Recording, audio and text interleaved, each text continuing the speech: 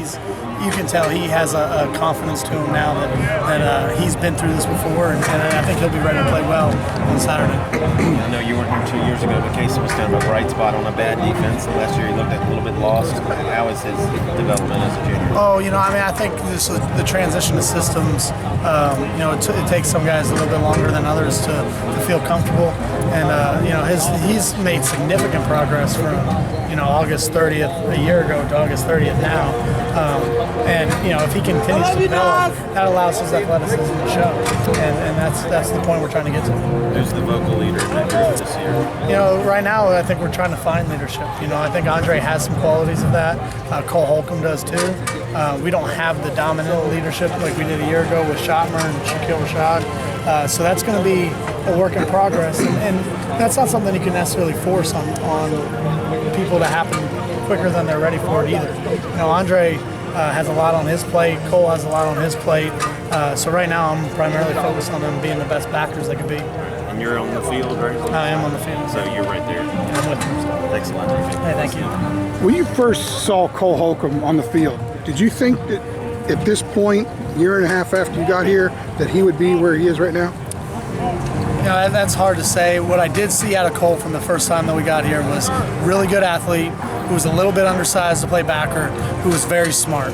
And he's changed the fact, that he was undersized. He was 208 or 9 pounds when we got here. He's up to close to 230. So he has the body type now of a linebacker that we're looking for in the system. So, to me, he lacks nothing except game experience. He's athletic, he's fast, he's smart, he's tough. So, he's going to need some game reps to get comfortable. But I'm not lacking any confidence in putting him in the game. Is he a classic example of a guy taking advantage of an opportunity because of the depletion at linebacker and a lot of uncertainty with the other guys that were here? No question. I think if we do a great job recruiting over the next year and two, next couple of years, maybe opportunities don't present themselves like they presented for Cole.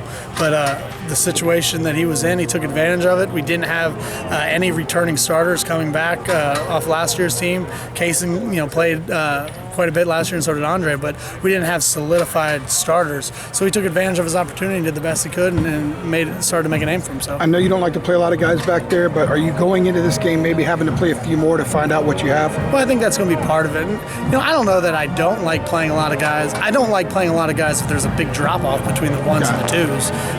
If I feel like there's going to be consistency when you put the second group in, that there's not a significant difference, and I would love to play a lot of guys, but I also know that it's my responsibility to make sure we have the best group on the field that we can have. So how many guys play is strictly a function of how many guys are prepared to play. When you look at non-starters, J.B. Copeland, Jonathan Smith, two new guys here. Copeland does have some experience. Yeah. Where do they factor into things right now? Well, both of them are running with the second group.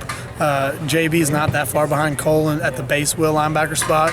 John's made a lot of strides at the base Mike. So both of them are one play away from being a full-time guy.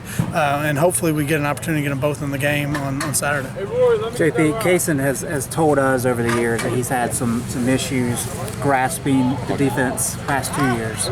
Have you seen a kind of a jump for him this year in this training camp? Yeah, there's no question. He's made a big jump. I think guys come into college at different levels in terms of big picture football understanding.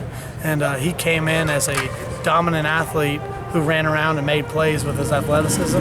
That just doesn't work though in a college football structure. So he had to learn how to play within the structure of the defense and within the structure of a game plan, where there's very specific things that we're trying to stop. And I think it took some time for him to really get to that point where he felt comfortable, but now I think he's getting very close to being that guy.